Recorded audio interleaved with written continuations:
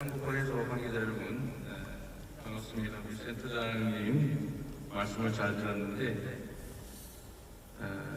우리가 일반적으로 뉴스에서 보고 있는 것보다는 상황이 훨씬 더 심각한 것 같습니다. 앞으로 닥쳐올 경제 한파가 민생의 고통이 지금보다 훨씬 더 나쁠 것이라고 하는 예상 현장에서 듣고 보니까 정말로 이 상황이 녹록지 않다는 생각이 듭니다. 물가, 환율, 또 이자, 이 하늘 높은 줄 모르고 오르고 있고, 또 여기에다 투자와 소비의 침체까지 이제 겹치면서 앞으로 아마 경제 상황이 매우 악화될 것으로 일반적으로 예측이 됩니다. 특히 이 경제의 혈관이라고 할 수 있는 금융시장, 특히 기업의 자금시장이 아주 꽁꽁 얼어붙고 있습니다. 안 그래도 살얼음판 같은 이 경제 위기 상황에서 김진태 강원도지사의 헛발질로 이 살얼음이 깨져 버렸습니다. 전체에 지금 금이 가서 경제 또는 자금시장, 금융시장이 심각한 혼란, 그다음 위기가 현실화되는 것 같습니다. 국가 공동체의 이제 최후의 보루, 신용의 최후 보루는 국가와 지방 정부인데, 지방 정부가 법률상 지급 의무를 부담하고 있는 걸 이행하지 않겠다고 하면 대체 어디를 믿을 수가 있겠습니까?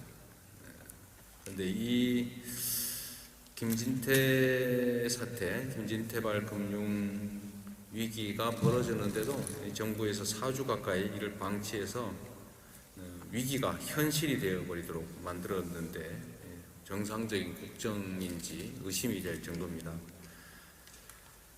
정부의 이 무능하고 무책임 또 무대책이 빚은 자금시장의 패닉 현상 때문에 주식시장 또 채권시장 이런 데가 아주 혼란과 불안정성이 아주 커지고 있습니다. 건실한 기업들마저 자금시장 경색 때문에 부도를 걱정하는 상황이 벌어지고 있는 것 같습니다.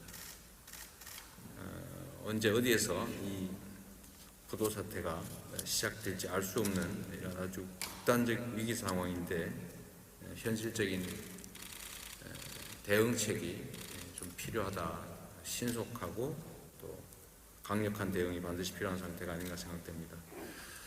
보통 경제에서 리스크 얘기를 많이 하는데 이 리스크를 완화 또는 해소하는 게 정부의 역할인데 지금은 어쩌면 정부가 리스크의 핵이 되어버리지 않았나 그런 생각이 듭니다.